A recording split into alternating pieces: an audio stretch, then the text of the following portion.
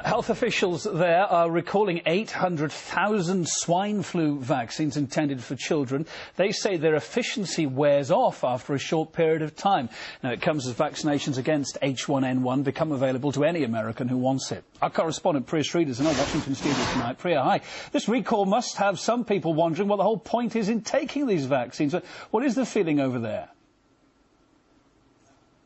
Hi, Kevin. Well, I think people have had reservations about this vaccine for a while. Previous reports showed that the vaccine may have been linked to the Guillain-Barre syndrome, and now this new report is causing many people to say, what is the point? So joining me to help talk about this is co-founder and president of the National Vaccine Information Center, Loe Fisher. Barbara, thanks so much for joining me. Thank you. So tell me about the latest numbers. 800,000 H1N1 vaccines that were supposed to be for children are now being recalled. What do you know about this? Yes, just this morning, Sanofi Pasteur recalled 800,000 doses of H1N1 vaccine.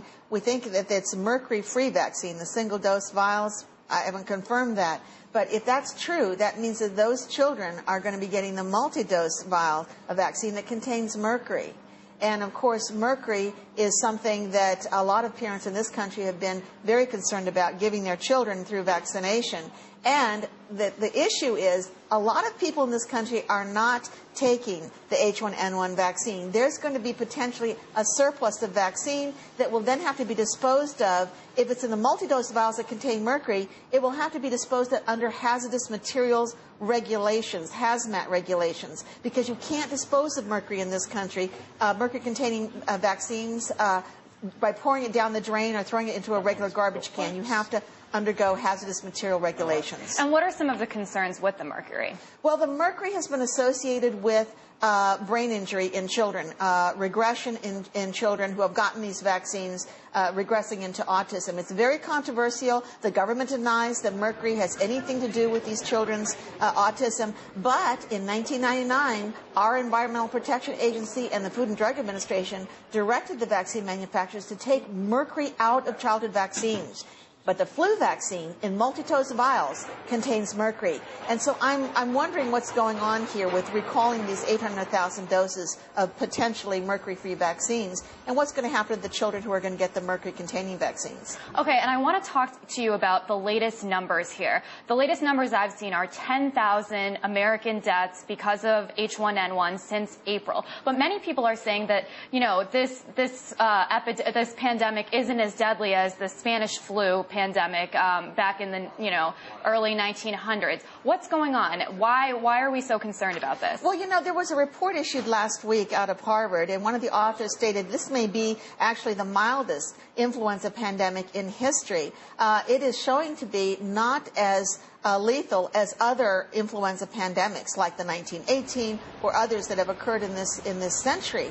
So I think that a lot of people are saying, you know, it's not real serious. It's not any more serious than the regular flu, and most people in this country don't actually get flu shots. Only about a third of the people in this country take annual flu shots. So what we're seeing playing out is that most people just aren't interested in getting the H1N1 vaccine. There have been about 3,700 vaccine adverse events reported to the government, 12 deaths, 10 cases of Guillain-Barre syndrome. But this is only a tiny fraction of what's actually occurring out there because most doctors don't report vaccine adverse events to the government. So we really don't know how many people who have gotten vaccinated with H1N1 has actually had reactions, injuries, and deaths. So far, 1 in 6 Americans have been affected by H1N1. Are things going to get worse or better?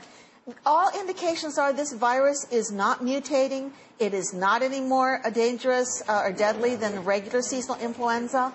All indications are this is a very mild pandemic.